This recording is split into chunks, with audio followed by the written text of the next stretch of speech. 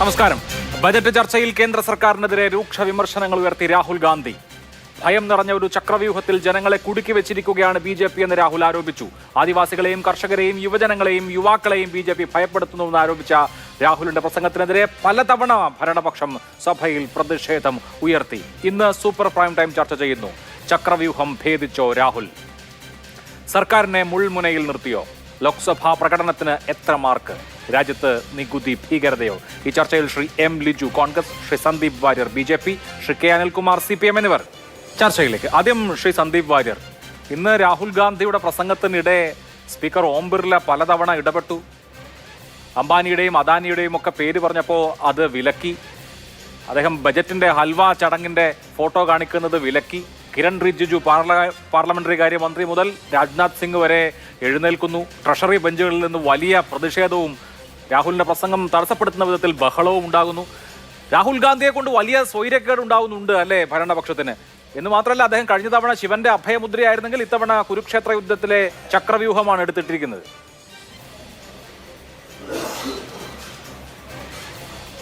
അഭിലാഷ്, ഇന്ത്യയുടെ പാർലമെന്ററി ചരിത്രത്തിൽ തത്സമയ സംഭാഷണം തുടങ്ങിയതിനു ശേഷം ആദ്യമായിട്ടാണ് ഒരു പ്രതിപക്ഷ നേതാവിന്റെ പ്രസംഗം കേൾക്കുന്നത്. എനിക്ക് ഒരു രാഹുൽ ഗാന്ധിയെ കുറിച്ച് പറയുന്നത് കേൾക്കുമ്പോൾ എനിക്ക് അങ്ങനെയാണ് തോന്നുന്നത്. ഞാൻ അങ്ങനെയൊന്നുമല്ല. ഞാൻ കുറേ കാലമായി രാജ്യത്തെ പാർലമെന്ററി നടപടിക്രമങ്ങൾ TV-യിൽ തത്സമയ സംപ്രേഷണം തുടങ്ങിയ കാലം തൊട്ട് കാണുന്ന ഒരാളാണ്. നിരവധിയായിട്ടുള്ള പ്രതിപക്ഷ നേതാക്കന്മാരുടെ പ്രസംഗങ്ങൾ പലതവണ കേട്ടിട്ടുണ്ട്. ലാൽകൃഷ്ണ അഡ്വാനിജി, അടൽ ബിഹാരി വാജ്പേയി, അതല്ലെങ്കിൽ അതുപോലെ തന്നെ നമ്മുടെ സുഷമ സ്വരാജ് ഉൾപ്പെടെയുള്ള നിരവധി പ്രതിപക്ഷ നേതാക്കളുടെ പ്രസംഗങ്ങൾ പലതവണ ലോക്സഭയിലും രാജ്യസഭയിലും ഒക്കെ നമ്മൾ കേട്ടിട്ടുണ്ട്. പ്രതിപക്ഷത്തുള്ള പല നേതാക്കളുടെയും പ്രസംഗം കേട്ടിട്ടുണ്ട്. പലപ്പോഴും സഭയിലില്ലാത്ത ആളുകളെക്കുറിച്ച് പേരുന്നയിക്കുന്ന സമയത്ത് ചെയറിലിരിക്കുന്നവർ അത് തിരുത്താറുണ്ട് എന്നുള്ളത് പലതവണ കണ്ടിട്ടുണ്ട്. ഞാൻ 92 പല പ്രസംഗങ്ങൾ ഓർക്കുകയാണ്. എനിക്ക് തോന്നുന്നു 92 ഡിസംബർ 7 അടൽ ബിഹാരി വാജ്പേയി പ്രസംഗിക്കുന്ന സമയത്ത് ഇത്തരത്തിൽ മുലായം സിംഗ് യാദവിൻ്റെ പേര് പറഞ്ഞപ്പോൾ സ്പീക്കർ അത് വിലക്കുകയും ഉടൻ തന്നെ അടൽജി അത് അദ്ദേഹത്തിൻ്റെ ഭാഷയിൽ നിന്ന് നീക്കുകയും ചെയ്തിരുന്നു. അങ്ങനെ പറയാൻ പാടില്ല എന്നുള്ളത് ശരിയാണ്. അത് സ്പീക്കർ പലപ്പോഴും അത് തിരുത്താറുണ്ട്. തിരുത്തുന്ന സമയത്ത് അത് പിൻവലിക്കുക എന്നുള്ളത് സാമാന്യമായിട്ടുള്ള മര്യാദയാണ്. സഭയ്ക്കകത്ത് ഇല്ലാത്ത ആളുകളുടെ പേര് ഉദ്ധരിക്കാൻ പാടില്ല എന്നുള്ളത് സാമാന്യമായിട്ടുള്ള സഭയ്ക്കകത്ത് പാലിക്കേണ്ട നിയമമാണ്. പ്രതിപക്ഷ നേതാവ് അത് പാലിക്കേണ്ടതാണ്. ഇവിടെ രാഹുൽ ഗാന്ധി അത് പാലിച്ചിട്ടില്ല. തീർച്ചയായിട്ടും സ്പീക്കർക്ക് തിരുത്താനുള്ള അവകാശമുണ്ട്. പക്ഷേ ഞാൻ നേരത്തെ സൂചിപ്പിച്ചതുപോലെ നമ്മൾ എത്രയോ പ്രതിപക്ഷ നേതാക്കന്മാരുടെ പ്രസംഗങ്ങൾ കേട്ടിരിക്കുന്നു. പ്രതിപക്ഷത്തു നിന്നുള്ള ഇടപെടലുകൾ കണ്ടിരിക്കുന്നു. വ്യത്യസ്തമായിട്ടുള്ള രാഷ്ട്രീയ പാർട്ടികളിൽ നിന്നുള്ള ആളുകൾ പ്രതിപക്ഷത്തുണ്ടായിരിക്കുന്നു. അവിടെ എവിടെയെങ്കിലും രാഹുൽ ഗാന്ധിയെ പോലെ ഇത്ര തരംതാണ രീതിയിൽ, നിലവാരമില്ലാത്ത രീതിയിൽ, വസ്തുനിഷ്ഠമല്ലാത്ത പച്ച നുണയായിട്ടുള്ള കാര്യങ്ങൾ നിരന്തരമായി പറയുന്ന ഒരു പ്രതിപക്ഷ നേതാവിനെ പാർലമെന്റിനകത്ത് പറയുന്ന ഒരാളെ കണ്ടിട്ടുണ്ടോ? പലപ്പോഴും തിരുത്തുന്ന സമയത്ത് അദ്ദേഹം തന്നെ പറയുകയാണ്, സോറി, എനിക്ക് അതിനെക്കുറിച്ച് അറിയുമായിരുന്നില്ല എന്നാണ് പറയുന്നത്. ഇന്നിപ്പോൾ ഓം ബിർള പറഞ്ഞൊരു പ്രധാനപ്പെട്ട ഒരു കാര്യമുണ്ടല്ലോ, ബഹുമാനപ്പെട്ട സ്പീക്കർ പറഞ്ഞൊരു കാര്യം.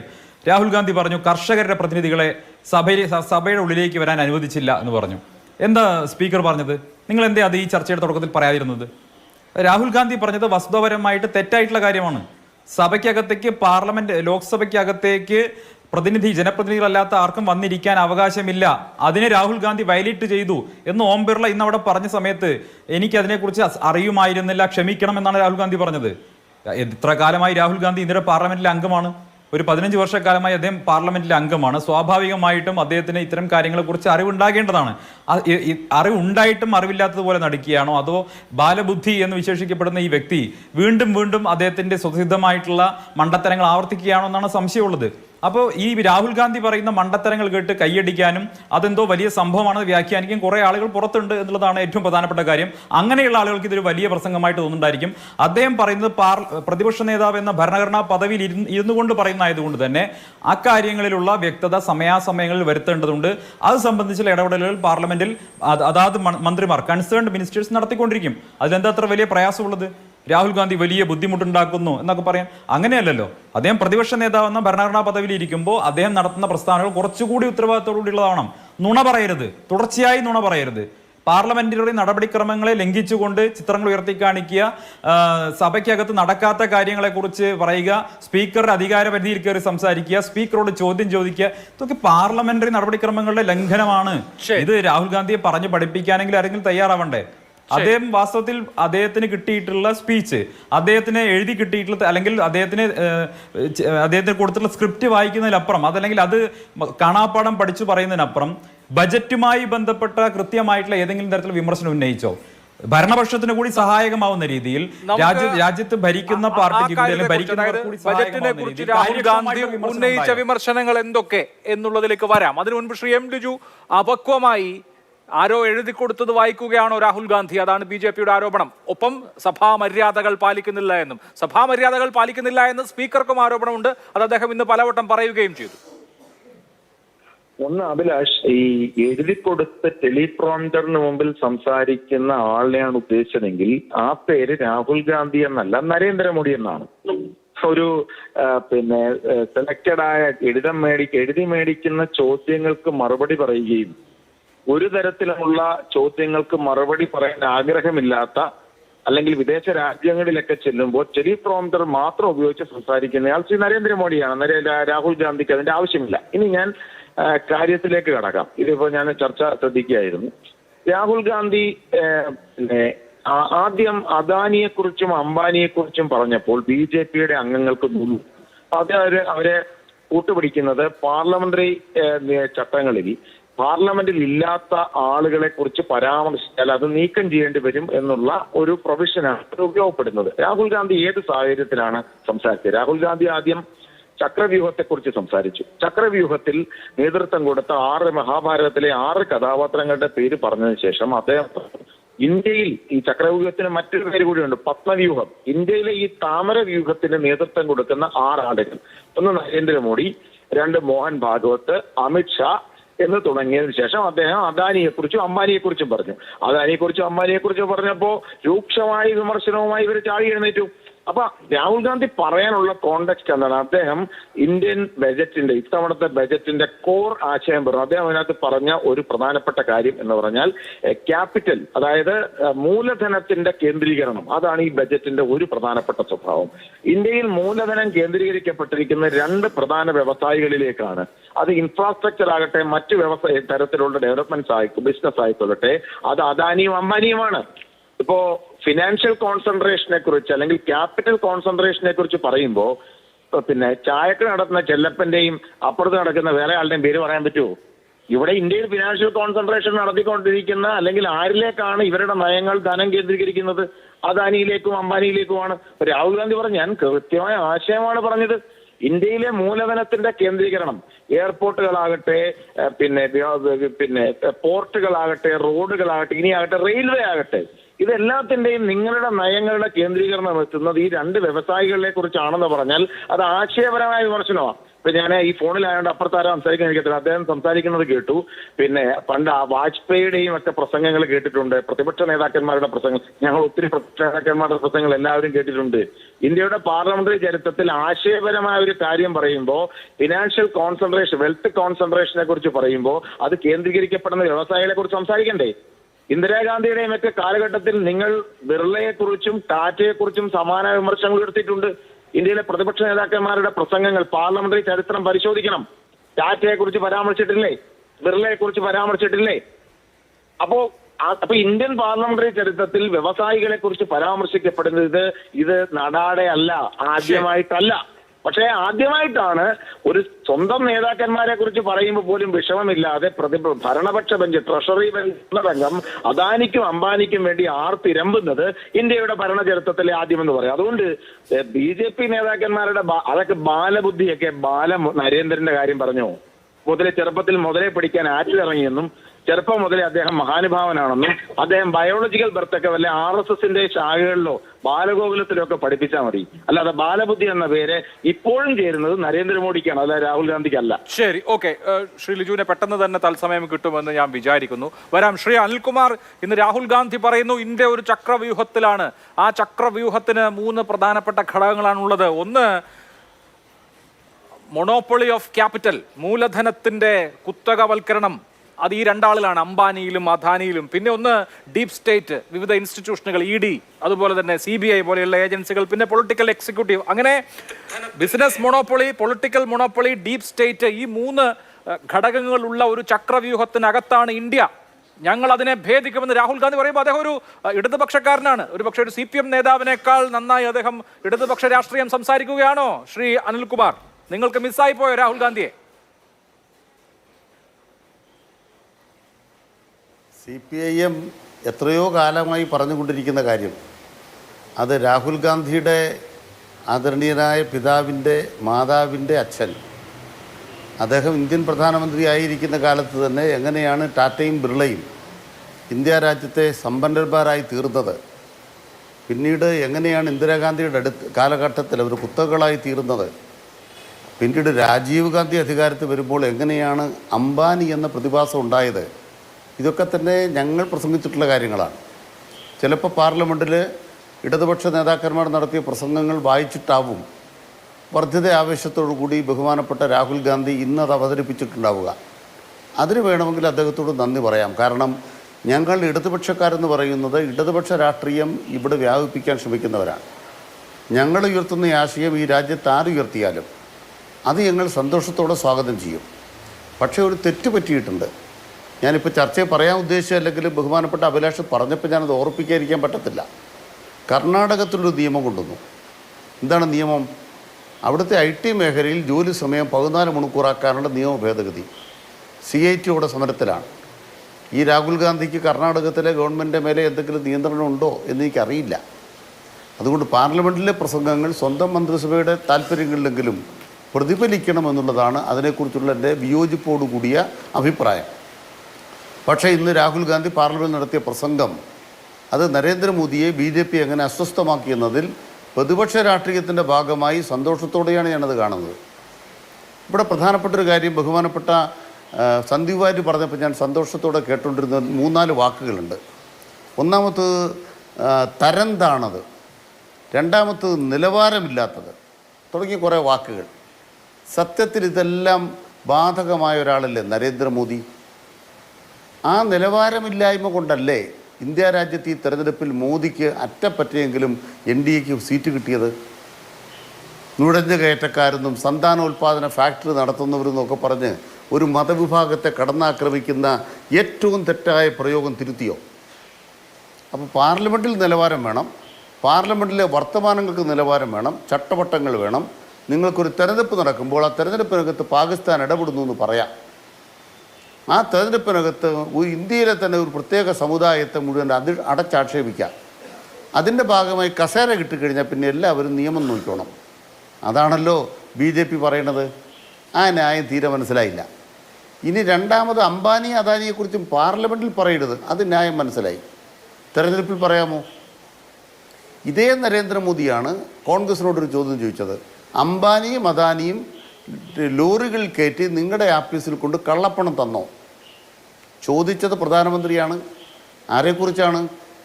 അദാനിയുടെ വിമാനത്തിൽ കയറിയാണ് നരേന്ദ്രമോദി ആദ്യമായി ഇന്ത്യൻ പാർലമെൻറ്റ് കാണാൻ വന്നത് 2014. പാർലമെൻറ്റിന് മുന്നിൽ വന്ന അദ്ദേഹം പാർലമെൻറ്റിൽ കുമ്പിട്ടിട്ട് അകത്തോട്ട് കയറുമ്പോൾ ആ വിമാനം അദാനിയുടെ വിമാനമായിരുന്നു. അതുകൊണ്ട് അദാനിയുടെ വിമാനത്തെ കയറി ഡൽഹിയിൽ വന്ന നരേന്ദ്രമോദി ആ അദാനിയോടൊപ്പമാണ് ഇന്ത്യ രാജ്യത്തെ തീരെഴുതി നിൽക്കുന്നത് എന്ന് പറയുന്നത് രാഷ്ട്രീയമാണ്. അത് ഫാക്റ്റാണ്, സത്യമാണ്. ഇനി നമ്മൾ അംബാനിയെക്കുറിച്ച് പറഞ്ഞാലോ? നരേന്ദ്രമോദി ഫ്രാൻസിൽ പോയപ്പോൾ എങ്ങനെയാണ് അംബാനി വന്നത് ആ വണ്ടിയിൽ? നരേന്ദ്രമോദി ഇന്തോനേഷ്യയിൽ പോയപ്പോഴും ഓസ്ട്രേലിയയിൽ പോയപ്പോഴും വിമാനത്തിൽ എങ്ങനെയാണ് അദാനി വന്നത്? അപ്പോൾ ഇന്ത്യ രാജ്യത്ത് ചെങ്ങാത്ത മുതലാളിത്തത്തിൻ്റെ കൂട്ടുകച്ചവടം ഈ 10 കൊല്ലമായി നടത്തിയ ഒരു നരേന്ദ്രമോദി, ആ മോദിയുടെ ചെയ്തികളെക്കുറിച്ച് പാർലമെൻറ്റിൽ MPമാർ, പ്രതിപക്ഷ നേതാവ് രാഹുൽ ഉൾപ്പെടെയുള്ളവർ പറയുമ്പോൾ നിങ്ങൾ നേതാക്കന്മാർ, BJPയുടെ നേതാക്കന്മാർ വളരെ ജാഗ്രതയോടെ പറയുമ്പോൾ നിങ്ങൾ ഈ ചെയ്തികൾക്കാണ് മറുപടി പറയേണ്ടത്. ശരി, ഓക്കെ, ഞാൻ പറയാം. ഇന്ത്യ രാജ്യത്തെ ശതകോടീശ്വരന്മാരുടെ എണ്ണം ഞാൻ അതിന്റെ വിശദാംശങ്ങളിലേക്ക് വരാം. ഇപ്പോ ഈ സ്പീച്ചിലേക്ക് അതിനുശേഷം എന്തുകൊണ്ട് തുടങ്ങിയ കാര്യങ്ങളിലേക്ക് വരാം. പക്ഷേ സന്ദീപ് വാര്യർ, നേരത്തെ താങ്കൾ ചോദിച്ചു ബജറ്റിനെ കുറിച്ച് രാഹുൽ ഗാന്ധി എന്തു പറഞ്ഞുവെന്ന്. നോക്കൂ, ഇന്നത്തെ പ്രസംഗത്തിനും അദ്ദേഹത്തിന്റെ ആദ്യത്തെ പ്രസംഗത്തിനും റട്ടറിക്കൽ ഇമ്പോർട്ടൻസ് ആണുള്ളത്. ജനങ്ങൾ അല്ലെങ്കിൽ ഇത് ഷെയർ ചെയ്യുന്ന കേൾക്കുന്ന ആളുകൾ അതിനെ എങ്ങനെ എടുക്കുന്നു എന്നുള്ളത് വളരെ പ്രധാനമാണ്. പിന്നെ അദ്ദേഹം ചോദിക്കുന്നു, നരേന്ദ്രമോദി പറഞ്ഞപ്പോൾ പാത്രം കൊട്ടാൻ പറഞ്ഞപ്പോൾ പാത്രം കൊട്ടിയ മിഡിൽ ക്ലാസ്, ടോർച്ച് അടിക്കാൻ പറഞ്ഞപ്പോൾ, മൊബൈലിന്റെ ലൈറ്റ് അടിക്കാൻ പറഞ്ഞപ്പോൾ ലൈറ്റ് അടിച്ച മിഡിൽ ക്ലാസ്, അവർക്ക് എന്ത് ആശ്വാസമാണ് ഈ ബജറ്റിലുള്ളതെന്ന് ചോദിക്കുമ്പോൾ നോക്കൂ, നിങ്ങൾക്ക് നിങ്ങളുടെ വോട്ട് ബാങ്കായി കാണാൻ കഴിയുന്ന മിഡിൽ ക്ലാസ്സിന് വലിയ അതൃപ്തി ഇപ്പോഴത്തെ ഈ ഇൻകം ടാക്സുമായി ബന്ധപ്പെട്ടുണ്ട്. നിങ്ങളെ അനുകൂലിക്കുന്ന വിശാരദന്മാർ വരെ ഇപ്പോഴത്തെ ഇൻകം ടാക്സ് റെജിമിനെ കുറിച്ച്, അതായത് മിഡിൽ ക്ലാസ്സിന്, സാലറീഡ് മിഡിൽ ക്ലാസ്സിന് ആശ്വാസം ഇല്ലാത്തതിൽ പരിതപിക്കുന്നു, ദേഷ്യം പ്രകടിപ്പിക്കുന്നു, ഒരു തരത്തിൽ രോഷം പ്രകടിപ്പിക്കുന്നു. അവരെ തങ്ങളുടെ അടുത്തേക്ക് ക്ഷണിക്കുകയാണ് രാഹുൽ ഗാന്ധി. അദ്ദേഹം ചോദിക്കുന്നു 2.5% എഡ്യൂക്കേഷനുള്ള വിദ്യാഭ്യാസത്തിനുള്ള വിഹിതം, എന്നിട്ട് നിങ്ങൾ സ്കിൽ ഇന്ത്യയെക്കുറിച്ച് വിദ്യാഭ്യാസത്തെക്കുറിച്ച് സംസാരിക്കുന്നത് എന്തിനാണെന്ന് ചോദിക്കുന്നു. പേപ്പർ ലീക്കിന്റെ ചക്രവ്യൂഹത്തെക്കുറിച്ച് പറയുന്നു, തൊഴിലില്ലായ്മയുടെ ചക്രവ്യൂഹത്തെക്കുറിച്ച് പറയുന്നു, അഗ്നിവീറിനെ കുറിച്ച് വീണ്ടും പറയുന്നു, വീറുകൾക്ക് പെൻഷനില്ല, പെൻഷൻ കൊടുക്കാൻ 1 രൂപ മാറ്റിവെച്ചിട്ടുണ്ടോ എന്ന് ചോദിക്കുന്നു. സാധാരണ ജനത്തെ സംബന്ധിച്ച് ഇന്നത്തെ കാലത്ത് കേൾക്കേണ്ടത് ഈ പറയുന്ന ബുള്ളറ്റ് പോയിന്റ്സ് അല്ലേ? അതെല്ലാം ഉള്ളടങ്ങിയിട്ടുള്ള ഒരു ടെക്സ്റ്റല്ലേ രാഹുൽ ഗാന്ധിയുടെ പ്രസംഗം?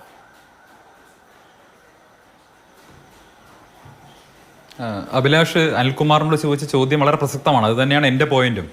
രാഹുൽ ഗാന്ധി ഒരു ലെഫ്റ്റ് ലീഡറുടെ അല്ലെങ്കിൽ ഒരു ലെഫ്റ്റിസ്റ്റിന്റെ ഭാഷയിലാണ് സംസാരിക്കുന്നത് എന്നുള്ളതാണ് ഞങ്ങളുടെയും പോയിന്റ്. അഭിലാഷിനെ പോലെയുള്ള ആളുകൾക്ക് കോൾമയർ കൊള്ളുന്ന രീതിയിൽ, അതല്ലെങ്കിൽ ലെഫ്റ്റ് മൈൻഡ് സെറ്റുള്ള ആളുകൾക്ക് കോൾമയർ കൊള്ളുന്ന രീതിയിൽ പ്രത്യേകിച്ച് പോയിന്റുകളൊന്നുമില്ലെങ്കിലും ഗീർവാണ പ്രസംഗം നടത്തിക്കഴിഞ്ഞ് ഗാലറിക്ക് വേണ്ടി നടത്തുന്ന ഒരു പ്രസംഗത്തിലുപരിയായി രാജ്യത്തെ അവതരിപ്പിക്കപ്പെട്ട പൊതു ബജറ്റുമായി ബന്ധപ്പെട്ട് പാർലമെന്റിനകത്ത് നടക്കേണ്ട ക്രിയാത്മകമായിട്ടുള്ള ഒരു വിമർശനം ഉണ്ടായില്ല എന്നുള്ളതാണ് ഞാൻ സൂചിപ്പിച്ചത്. അത് ഞാൻ പറയുന്നതിന് വസ്തുതകളുടെ അടിസ്ഥാനമുണ്ട്. അതിനു മുമ്പ് ശ്രീ ലിജു പറഞ്ഞ ചില കാര്യങ്ങൾക്ക് മറുപടി കൊടുക്കട്ടെ. അദ്ദേഹം പറഞ്ഞ കാര്യങ്ങൾ എന്താണ്? രാഹുൽ ഗാന്ധിയും പറഞ്ഞ കാര്യമാണ്. പത്മവ്യൂഹത്തെക്കുറിച്ച് പറഞ്ഞു, ചക്രവ്യൂഹത്തെക്കുറിച്ച് പറഞ്ഞു. നോക്കൂ, ഈ പത്മം എന്നുള്ളത് താമരയാണ്, അതുകൊണ്ട് ചക്രവ്യൂഹം ഉണ്ടാക്കിയത്, ആധുനിക കാലത്തെ ചക്രവ്യൂഹം ഉണ്ടാക്കിയത് BJP എന്ന് പറയുന്നു. അങ്ങനെയാണെങ്കിൽ രാജീവ് എന്നുള്ള പദത്തിന്റെ അർത്ഥം എന്താണ്? താമരാക്ഷൻ എന്നല്ലേ? താമര കണ്ണുള്ളവൻ എന്നല്ലേ രാജീവ് എന്ന പദത്തിന്റെ അർത്ഥം? അപ്പോൾ രാജ്യത്തെ മുഴുവൻ പ്രതിസന്ധിയിലാക്കിയ ചക്രവ്യൂഹം തീർത്തത് തൻ്റെ അച്ഛൻ രാജീവ് ഗാന്ധിയുടെ 84 കാലത്തെ ഭരണമായിരുന്നു. ഇന്ത്യയെ ഏറ്റവും വലിയ സാമ്പത്തിക പ്രതിസന്ധിയിലേക്ക് കൊണ്ടുചെന്ന് എത്തിച്ചത്. രാജ്യത്തെ ഏറ്റവും വലിയ ജനങ്ങൾ തമ്മിലുള്ള ഭിന്നത ഉണ്ടാക്കുന്ന ഷബാനു കേസിലെ വിധി അടക്കമുള്ള വിഷയങ്ങളിൽ പാർലമെന്റിലെ മൃഗീയ ഭൂരിപക്ഷം ഉപയോഗിച്ചുകൊണ്ട് തൻ്റെ അച്ഛൻ ഉണ്ടാക്കിയിട്ടുള്ള ചില പ്രശ്നങ്ങൾ രാജ്യത്തെ വലിയ പ്രയാസങ്ങളിൽ കൊണ്ടുവന്ന് എത്തിച്ചത്, അത്തരം ചക്രവ്യൂഹത്തിലേക്ക് രാജ്യത്തെ കൊണ്ടുചെന്ന് എത്തിച്ചത് എന്ന് രാഹുൽ ഗാന്ധി സമ്മതിക്കുമോ? അപ്പൊ അദ്ദേഹത്തിന്റെ രംഗത്തിൽ വസ്തുതാപരമായിട്ട് കുറെ പിശകുകളുണ്ട്. ഞാൻ അതിലേക്ക് കൂടി സൂചിപ്പിക്കാം. ഇപ്പോൾ അദ്ദേഹം പറഞ്ഞ കാര്യങ്ങൾ എന്താ? അദ്ദേഹം ഉന്നയിച്ച ഒരു 5-6 വിമർശനം എന്ന പേരിൽ അദ്ദേഹത്തിന്റെ ട്വിറ്റർ ഹാൻഡിലിൽ എക്സ് ഹാൻഡിലിൽ ഇന്ന് ഒന്ന്, അദ്ദേഹം പറഞ്ഞത് MSPയുമായി ബന്ധപ്പെട്ടതാണ്. 2, അദ്ദേഹം പറഞ്ഞത് നിങ്ങൾ നേരത്തെ സൂചിപ്പിച്ച പോലെ അഗ്നിവീറുമായി ബന്ധപ്പെട്ടത്. മറ്റൊന്ന് അദ്ദേഹം സൂചിപ്പിച്ചത്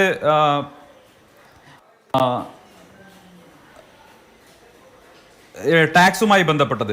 പിന്നെ അദ്ദേഹം സൂചിപ്പിച്ച ഒരു കാര്യം എന്ന് പറയുന്നത് വിദ്യാർത്ഥികളുടെ നീറ്റ് എക്സാമുമായി ബന്ധപ്പെട്ട കാര്യം, അതുപോലെ തന്നെ SC ST OBC ആളുകളുമായി ബന്ധപ്പെട്ട കാര്യം അദ്ദേഹം ഒരു ചിത്രം ഉയർത്തി കാണിച്ചു. അതാണല്ലോ നേരത്തെ സൂചിപ്പിച്ചത്.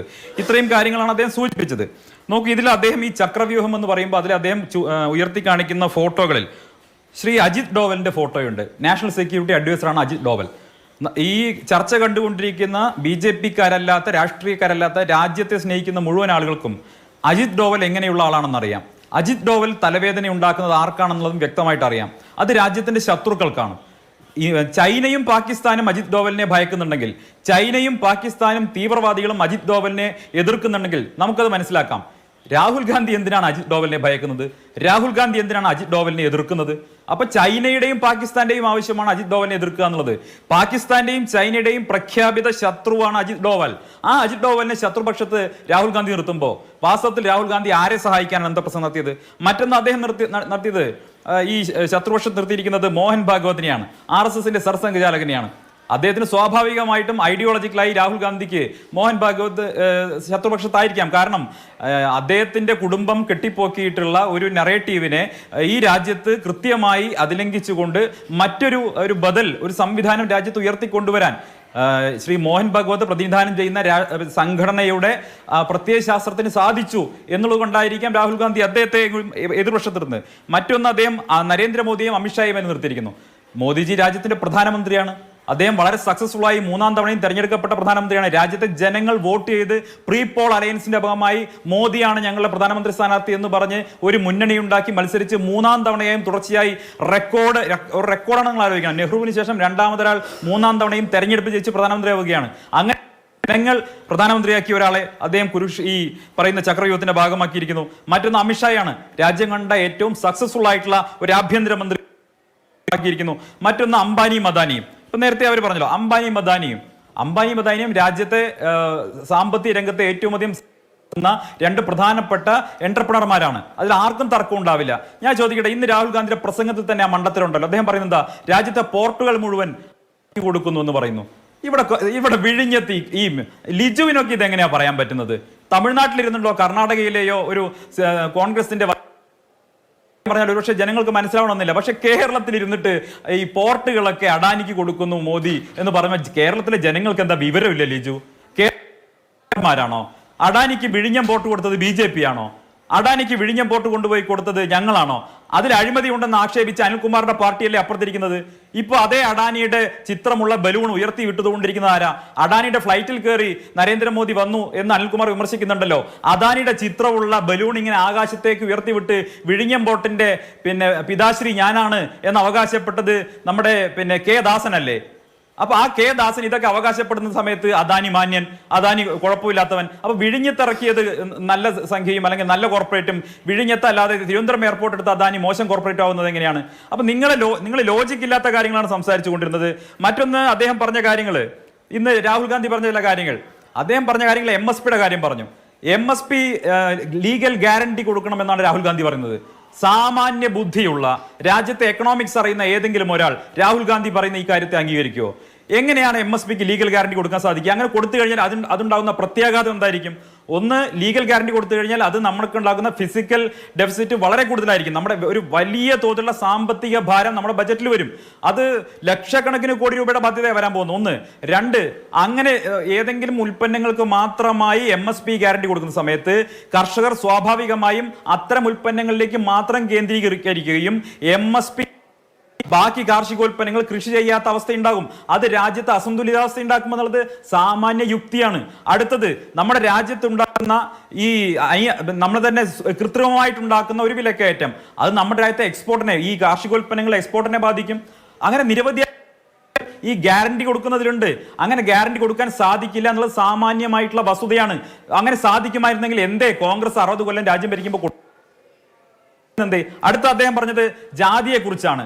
രാജ്യത്ത് ബജറ്റ് തയ്യാറാക്കുന്ന അല്ലെങ്കിൽ നമ്മുടെ എല്ലാ ബജറ്റ് തയ്യാറാക്കുമ്പോഴും ഹൽവ ഒരു ചടങ്ങുണ്ട്. ആ ചടങ്ങിൽ പങ്കെടുത്ത ഒരു ഉദ്യോഗസ്ഥനിലും OBC കാരനില്ല, SC കാരനില്ല എന്നൊക്കെയാണ് അദ്ദേഹം പറയുന്നത്. എങ്ങനെയാണ് ഉദ്യോഗസ്ഥരെ എടുത്തത് നമുക്കറിയില്ല. പക്ഷേ വളരെ ദൗർഭാഗ്യകരമാണ് അത്തരത്തിലുള്ള പ്രസ്താവനകൾ. ഞാൻ ചോദിക്കട്ടെ, ഇതിനു മുമ്പ് UPA സർക്കാരിന്റെ കാലത്ത് നിങ്ങൾ 10 ബജറ്റ് അവതരിപ്പിച്ചില്ലേ? അക്കാലത്ത് ചിദംബരത്തിനൊപ്പം ചിദംബരം ചെട്ടിയാരുടെ കൂടെ ഈ ബജറ്റ് തയ്യാറാക്കിയതിൽ എത്ര SC ഉണ്ടായിരുന്നു, എത്ര OBC ഉണ്ടായിരുന്നു? ആ കണക്കുകൾ നിങ്ങൾ പുറത്തുവിട്. വേണ്ട, നിങ്ങൾ ഈ സർക്കാർ ഉദ്യോഗസ്ഥന്മാരുടെ ജാതിയുടെ കണക്ക് വിട്. ഞങ്ങൾ പ്രധാനമന്ത്രി OBC വിഭാഗത്തിൽപ്പെടുന്നയാളാണ്. നിങ്ങൾ ഇന്നേ വരെ രാജ്യത്ത് അപ്പോയിന്റ്മെന്റ് ചെയ്ത പ്രധാനമന്ത്രിമാരുടെയും മുഖ്യമന്ത്രിമാരുടെയും മന്ത്രിമാരുടെയും കണക്കെടുക്ക്. ആ കണക്ക് ഞങ്ങൾക്ക് അനുകൂലമാവും. അത്തരം ഈ രാജ്യത്ത് ഭരണപരമായ തീരുമാനമെടുക്കാനുള്ള രാഷ്ട്രീയ നേതൃത്വത്തെ അപ്പോയിന്റ്മെന്റ് ചെയ്യാനുള്ള തീർച്ചയായിട്ടും അത് രാഷ്ട്രീയ പാർട്ടികൾ കഴിയുന്നതാണല്ലോ. അങ്ങനെ BJP കഴിയുന്ന സാഹചര്യങ്ങളിലൊക്കെ ദളിത് പിന്നോക്ക വിഭാഗങ്ങളെ കൈപിടിച്ച് മുന്നോട്ട് കൊണ്ടുവരാൻ ഞങ്ങൾ ശ്രമിച്ചിട്ടുണ്ട്. നിങ്ങൾ എന്ത് ചെയ്തിട്ടുണ്ട്? നിങ്ങൾ അഞ്ജയ്യയെ പോലെ ഒരു പട്ടികജാതിക്കാരനായിട്ടുള്ള മുഖ്യമന്ത്രിയെ അവഹേളിച്ച് പുറത്താക്കിയിട്ടുണ്ട്. PV നരസിംഹറാവുവിനെ പോലെ ദക്ഷിണേന്ത്യക്കാരനെ നിങ്ങൾ അവഹേളിച്ച് മാറ്റി നിർത്തിയിട്ടുണ്ട്. അങ്ങനെ ഒരുപാട് ആളുകൾക്കെതിരെ അല്ലെങ്കിൽ പാർശ്വവൽക്കരിക്കപ്പെട്ടവർക്കെതിരെ എന്നും നിലപാടെടുത്തുള്ള നെഹ്റു കുടുംബത്തിന്റെ ഒരാൾ നിന്നിട്ട് ഇത്തരത്തിലുള്ള വാചകമണി നടത്തുന്നതിൽ ഒരു അർത്ഥമില്ല. മറ്റൊന്ന്, അദ്ദേഹം കാസ്റ്റ് സെൻസസിനെ കുറിച്ച് പറയുന്നു. ഇതേ പാർലമെന്റിൽ അദ്ദേഹത്തിന്റെ അച്ഛൻ പ്രതിപക്ഷ നേതാവായിരുന്നപ്പോൾ നടത്തിയ മറ്റൊരു പ്രസംഗമുണ്ട്. രാജീവ് ഗാന്ധി പ്രതിപക്ഷ നേതാവായിരുന്നപ്പോൾ ഇന്ന് രാഹുൽ ഗാന്ധി നടത്തിയ പ്രസംഗത്തിന് നേരെ വിപരീതമാണ് പറഞ്ഞത്. അന്ന് മണ്ഡൽ കമ്മീഷൻ റിപ്പോർട്ട് നടപ്പാക്കുന്നതിനെ വൈകിപ്പിച്ചതിനെ അന്നത്തെ പ്രധാനമന്ത്രി VP സിംഗ് സഭയിൽ വിമർശിച്ചപ്പോൾ അന്ന് രാജീവ് ഗാന്ധി നടത്തിയിട്ടുള്ള പ്രസംഗമുണ്ട്. അതിൽ അദ്ദേഹം പറയുന്നത് രാജ്യത്തെ അടിസ്ഥാനത്തിൽ ഇനി വിഭജിച്ചുകൂടാ, അതുകൊണ്ട് തന്നെയാണ് ഞങ്ങൾ ഇത് ചെയ്യാതിരുന്നത്. VP സിംഗ് അടക്കമുള്ളവർ നടത്തുന്നത് ജാതിയുടെ അടിസ്ഥാനത്തിൽ ജനങ്ങളെ കൂടുതൽ ഭിന്നിപ്പിക്കാനും കൂടുതൽ ജനങ്ങൾക്കിടയിലേക്ക് എത്തിക്കാനുമുള്ള പരിശ്രമമാണ്. അതുകൊണ്ട് തന്നെ ഇത്തരത്തിലുള്ള ഒരു ജാതി സെൻസസിനെ ഞങ്ങൾ അനുകൂലിക്കുന്നില്ല എന്ന് അദ്ദേഹത്തിന്റെ അച്ഛൻ പാർലമെന്റിൽ ഇന്ന് കസേരയിൽ ഇരുന്ന് നടത്തിയ പ്രസംഗമുണ്ട്. അപ്പൊ എന്തൊക്കെയാണോ കോൺഗ്രസ് പറഞ്ഞിരുന്നത് അതിനെയൊക്കെ എതിരായി പറഞ്ഞ ഒറ്റ കാര്യം പറയട്ടെ. ഇനി ജാതി സെൻസസിന്റെ കാര്യമാണെങ്കിൽ അവിടെ സംസ്ഥാനങ്ങൾക്ക് നടപ്പാക്കാലോ. എന്തേ കേരളത്തിൽ നടപ്പാക്കാത്തത്? നിങ്ങൾ കേരളത്തിൽ നടപ്പാക്കുമെന്ന് പറയേ വേണ്ട, കോൺഗ്രസ് ഭരിക്കുന്ന സംസ്ഥാനങ്ങളിൽ നിങ്ങൾ നടപ്പാക്ക് ജാതി സെൻസസ്. ഇത് സംസ്ഥാനങ്ങൾ നടത്താൻ കഴിയുന്ന കാര്യമാണല്ലോ, എന്തേ നടത്താത്തത്? നിങ്ങൾ 60 കൊല്ലം രാജ്യം ഭരിച്ചല്ലോ, എന്തേ നടത്താതിരുന്നത്? അപ്പൊ ചെയ്യാൻ കഴിയാത്ത കാര്യങ്ങൾ ാചകമടിക്ക് അഭിലാഷിനെ പോലുള്ള ആളുകളുടെ കയ്യടിക്ക് വേണ്ടി, ലെഫ്റ്റ് മൈൻഡ് സെറ്റുള്ള ആളുകളുടെ കയ്യടിക്ക് വേണ്ടി, ഗീർവാണ പ്രസംഗം കേട്ടാൽ കോൾമയർ കൊള്ളുന്ന വിദ്യാസുരന്മാരുടെ കയ്യടി പാർലമെന്റിന്റെ പ്രതിപക്ഷ നേതാവെന്ന ഭരണഘടനാ പദവി ഉപയോഗിച്ചുകൊണ്ട് നടത്തുന്ന രാഹുൽ ഗാന്ധി വാസ്തവത്തിൽ രാജ്യത്തിന്റെ പാർലമെന്ററി സംവിധാനത്തെ അവഹേളിക്കുകയാണ്. ലജ്ജാകരമാണ്, ജുഗുപ്സാവഹമാണ് എന്നുള്ളതാണ് BJPയുടെ പ്രതികരണം. എന്തായാലും രാഹുൽ ഗാന്ധിക്ക് കിട്ടുന്ന കയ്യടി നമുക്ക് കൗണ്ട് ചെയ്യാം. അപ്പുറത്ത് നരേന്ദ്രമോദിക്ക് കിട്ടുന്ന കയ്യടിയും കൗണ്ട് ചെയ്യാൻ നോക്കാം എന്ത് സംഭവിക്കുന്നത്. ഞാൻ ആ കാര്യത്തിൽ കൂടുതൽ പ്രതികരണങ്ങൾക്കില്ല. ശ്രീ എം ലിജു, താങ്കൾ ഇപ്പോൾ തത്സമയം എത്തിയിട്ടുണ്ടോ എന്ന് എനിക്ക് അറിയില്ല. നോക്കൂ, രാഹുൽ ഗാന്ധി കോൺഗ്രസിന്റെ തന്നെ ഐഡിയോളജിയെ മറ്റൊന്നാക്കുകയാണ് എന്ന ആരോപണമുണ്ട്. ബാക്കി ഇപ്പോൾ ഈ വാചാടോപം എന്നുള്ള നിലയിൽ തള്ളിക്കളയാൻ കഴിയുന്ന കാര്യങ്ങളൊക്കെ വിടൂ. അതിനപ്പുറത്ത് രാഹുൽ ഗാന്ധി ഇപ്പോൾ പ്രതിനിധാനം ചെയ്യുന്ന രാഷ്ട്രീയം ഏതാണ്? അദ്ദേഹം ഇടതുപക്ഷ ലൈനിൽ ഇടതുപക്ഷ സാമ്പത്തിക ശാസ്ത്രം സംസാരിക്കുന്നു. അദ്ദേഹം അംബേദ്കറൈറ്റ് പൊളിറ്റിക്സ് എന്നോ അല്ലെങ്കിൽ രാമമനോഹർ ലോഹിയൊക്കെ മുന്നോട്ട് വെച്ച് OBC പൊളിറ്റിക്സ് എന്നൊക്കെ പറയാവുന്ന തരത്തിലുള്ള പൊളിറ്റിക്സ് സംസാരിക്കുന്നു. കോൺഗ്രസിന്റെ രാഷ്ട്രീയം എവിടെ? ഒന്ന് അഭിലാഷ്, എനിക്ക് തോന്നുന്നു അപ്പുറത്ത് സംസാരിക്കുന്നത് ഞാൻ സന്ദീപ് വാര്യരാണ്. ശരിയുള്ളൂ. സന്ദീപ് വാര്യരാണ് സംസാരിക്കുന്നത്. അപ്പൊ അദ്ദേഹം പറഞ്ഞത് ഞാൻ കേട്ടു. അദ്ദേഹം ദീർഘനേരം സംസാരിച്ചു.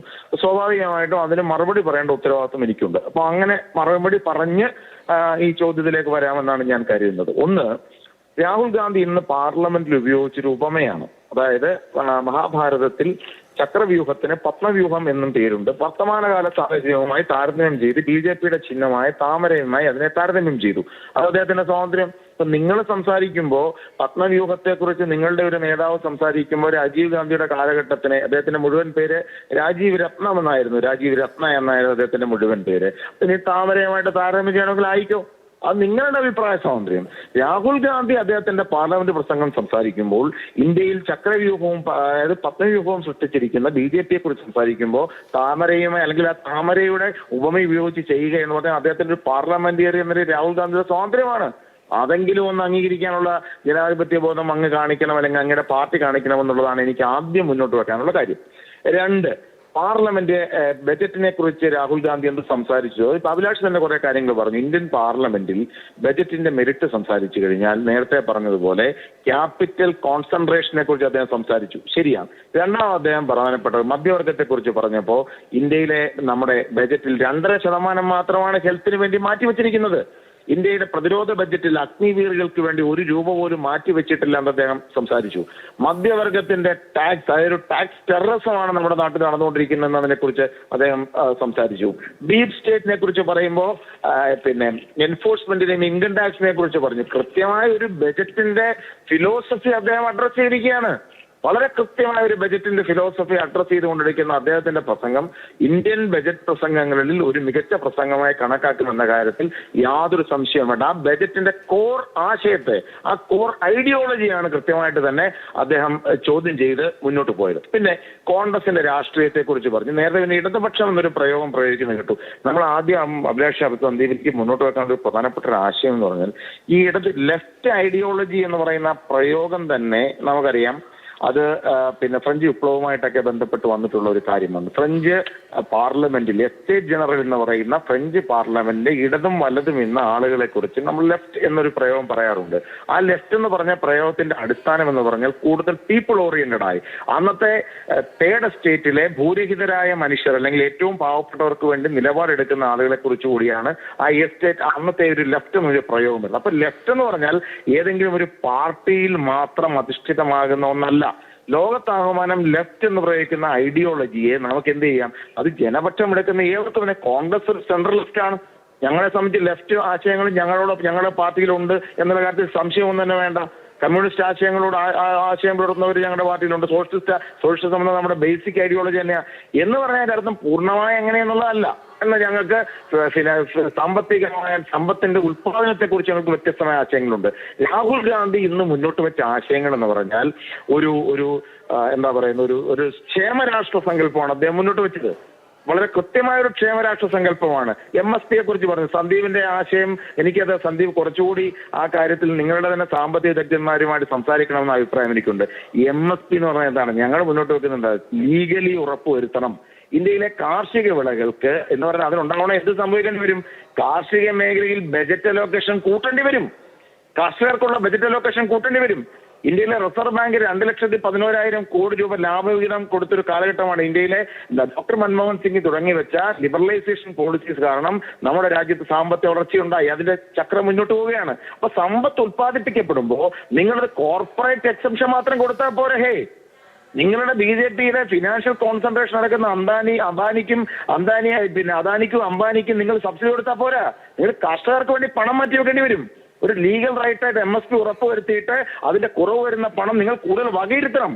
തൊഴിലുറപ്പ് പദ്ധതിക്ക് വേണ്ടി കോൺഗ്രസ് പാർട്ടി പണം വകയിരുത്തി. അതാണ് രാജ്യത്തിന്റെ വളർച്ചയുടെ ഗുണഭോക്താക്കൾ ഈ രാജ്യത്തെ സമ്പന്നർ മാത്രമല്ല, അവരുടെ സമ്പത്ത് ഉത്പാദനത്തിലൂടെ ട്രിക്കിൾ ഡൗൺ ചെയ്തല്ല ഈ നാട്ടിലെ പാവപ്പെട്ടവർക്ക് കിട്ടേണ്ടത്. അത് ഗവൺമെന്റ് അലോക്കേഷൻ ഉണ്ടാകണം. അപ്പൊ നിങ്ങളും തമ്മിലുള്ള വ്യത്യാസം അതാണ്. നിങ്ങളിതൊക്കെ ഒരു ഔദാര്യമായി കണക്കാക്കുന്നു. നിങ്ങൾ ഈ പാവപ്പെട്ട നാട്ടിലെ തൊഴിലുറപ്പ് തൊഴിലാളികൾക്ക് പണം കൊടുക്കുന്നതിനെതിരാണ്. നിങ്ങൾ കർഷകർക്ക് വേണ്ടി പണം കൊടുത്തു കഴിഞ്ഞാൽ ഇവിടെ വിലക്കയറ്റം ഉണ്ടാകുമെന്നും അത് സാമ്പത്തികമായ ഡെഫിസിറ്റ് ഉണ്ടാകുമെന്നും ഫിനാൻഷ്യൽ ഡെഫിസിറ്റ് ഉണ്ടാകും. ഞങ്ങൾ ഡെഫിസിറ്റ് ഉണ്ടാകുമെന്നല്ല കരുതുന്നത്. ഈ രാജ്യം തന്നെ ട്രസ്റ്റ് ഡെഫിസിറ്റ് നേരിടുകയാണ് നിങ്ങളുടെ ഭരണം കൊണ്ട്. അപ്പൊ അതുകൊണ്ട് രാജ്യത്തിന്റെ സമ്പത്തിന്റെ ഒരു വിഹിതം ബജറ്റ് അലോക്കേഷനായിട്ട് തന്നെ ഇതിന് മാറ്റിവെച്ച് നിയമപരമായി ഉറപ്പുവരുത്തണം എന്നാണ് പറഞ്ഞത്. ഇനി ഞങ്ങൾ ചെയ്യും. രാഹുൽ ഗാന്ധി ഇന്നത്തെ ഇന്ത്യൻ പാർലമെന്റിൽ പ്രസംഗിച്ചതാണ്. ഞങ്ങൾ അധികാരത്തിൽ വരുമ്പോ ഈ MSP എന്നതൊരു ലീഗൽ റൈറ്റ് ആയി മാറ്റും, ഒരു ഔദാര്യവുമല്ലാത്ത അവകാശമായി മാറ്റും. തൊഴിലുറപ്പ് നിയമം പോലെ, വിവരാവകാശ നിയമം പോലെ, ഫുഡ് സെക്യൂരിറ്റി ആക്ട് പോലെ രാജ്യത്തെ MSP ഒരു അവകാശമായി മാറും. നിങ്ങളെ കൊണ്ട് പറ്റില്ല.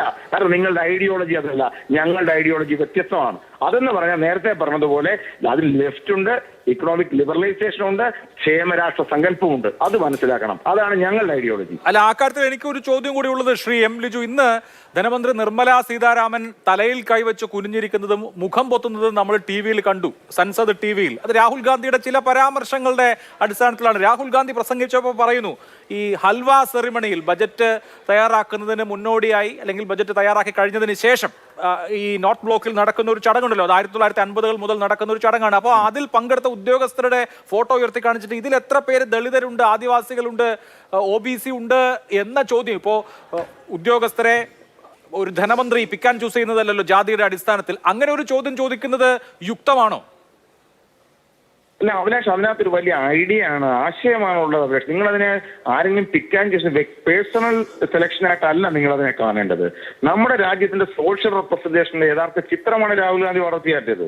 സ്വാതന്ത്ര്യത്തിന്റെ നിരവധി വർഷങ്ങളും സമരങ്ങളും കഴിഞ്ഞിട്ടും ഇന്നും ഇന്ത്യൻ ബ്യൂറോക്രസിയുടെ ഹൈറാർക്കിയിൽ, അപ്പർ ഹൈറാർക്കിയിൽ ദളിതരുടെയും അല്ലെങ്കിൽ പിന്നോക്ക വിഭാഗങ്ങളുടെയും പ്രാതിനിധ്യം കുറവാണ് എന്ന യാഥാർത്ഥ്യമാണ് അദ്ദേഹം ചൂണ്ടിക്കാണിച്ചത്. ആ റെപ്രസെന്റേഷനാണ് അത്. ഞങ്ങളുടെ ഒരു ആശയം. ഇപ്പൊ ജാതി സെൻസസിനെ കുറിച്ച് പറഞ്ഞു, നേരത്തെ നരേന്ദ്രമോദിയുടെ OBC കാറ്റഗറിയെ കുറിച്ച് സന്ദീപ് പറഞ്ഞു. ഞാൻ വ്യക്തിപരമായി ആക്ഷേപിക്കാൻ പറയുന്നതല്ല സന്ദീപെ, പക്ഷെ മോഡിഗഞ്ച് എന്ന് പറയുന്ന നരേന്ദ്രമോദി പ്രതിദാനം ചെയ്യുന്ന ജാതി വിഭാഗം ഉത്തർപ്രദേശ്, ഗുജറാത്തിൽ OBC വിഭാഗത്തിലേക്ക് വന്ന് അദ്ദേഹം മുഖ്യമന്ത്രി ആയപ്പോഴാണ്. അതിനു മുമ്പ് അപ്പർ കാസ്റ്റ് ആയിരുന്നു മോഡിഗഞ്ചികൾ. നിങ്ങൾക്കറിയാമോ? നരേന്ദ്രമോദി മുഖ്യമന്ത്രിയായി കഴിഞ്ഞപ്പോൾ OBC ആയി പ്രഖ്യാപിച്ച് ആ കള്ളിക്കുള്ളിലിട്ട് മാറ്റിയപ്പോൾ മാത്രമാണ് ഒരു OBC-കളായി മാറിയത്. അതുകൊണ്ട് നിങ്ങൾ ആ OBC ചരിത്രമൊന്നും പറയണ്ട. അത് രാഹുൽ ഗാന്ധി മുന്നോട്ട് വെച്ച രാജ്യത്തിന്റെ ഒരു യാഥാർത്ഥ്യമല്ലേ? ഇന്ത്യയുടെ മാധ്യമ രംഗത്ത്, മീഡിയ രംഗത്ത്, ജുഡീഷ്യറിയിൽ, നിങ്ങൾ ഇന്ത്യൻ ജുഡീഷ്യറിയെ എടുത്തു നോക്കൂ. ഇന്ത്യൻ ജുഡീഷ്യറിയിൽ എത്ര ഭിന്നോക്കക്കാരുണ്ട്, എത്ര ദളിതർ ഇന്ത്യൻ ജുഡീഷ്യറിയുടെ ഭാഗമായിട്ടുണ്ട്.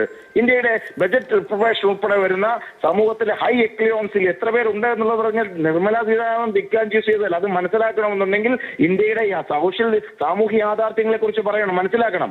ജാതി ഒരു യാഥാർത്ഥ്യമായി നിൽക്കുമ്പോൾ സാമൂഹ്യമായ റെപ്രസെന്റേഷൻ കുറഞ്ഞു വരുമ്പോൾ രാഹുൽ ഗാന്ധി ഒരു ആശയമാണ് വെച്ചത്, ഇവിടെ ഇല്ല.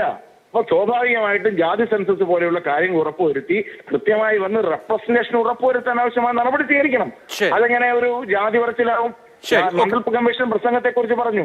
മണ്ഡൽ കലാപത്തിന്റെ കാലങ്ങളിൽ ഉൾപ്പെടെ ഇതൊക്കെ നടപ്പിലാക്കിയത് കോൺഗ്രസ് അല്ലേ? ഇവിടെ ഈ കച്ചാർ കമ്മിറ്റി റിപ്പോർട്ട് വെച്ചത് കോൺഗ്രസ് അല്ലേ? നമ്മൾ അനവധി വർഷക്കാലത്തെ, ആയിരക്കണക്കിന് വർഷക്കാലത്തെ അടിമത്തത്തിലൂടെ സോഷ്യൽ റെപ്രസെന്റേഷൻ ഇന്ത്യയുടെ വിവിധ തലങ്ങളിൽ ഇല്ലാതാകുമ്പോൾ അതിനെക്കുറിച്ചൊരു മനുഷ്യൻ പറയുമ്പോൾ അത് സോഷ്യൽ റെപ്രസെന്റേഷന്റെ ഐഡിയ ആണെന്നുള്ളതാണ് കോൺഗ്രസിന് പറഞ്ഞത്. ഞാൻ അങ്ങനെയൊക്കെ വരാം. ശ്രീ അനിൽകുമാർ, ഇപ്പോൾ ക്ലാസിനെ കുറിച്ച് നേരത്തെ രാഹുൽ ഗാന്ധി പറഞ്ഞ കാര്യം ഞാൻ സൂചിപ്പിച്ചു.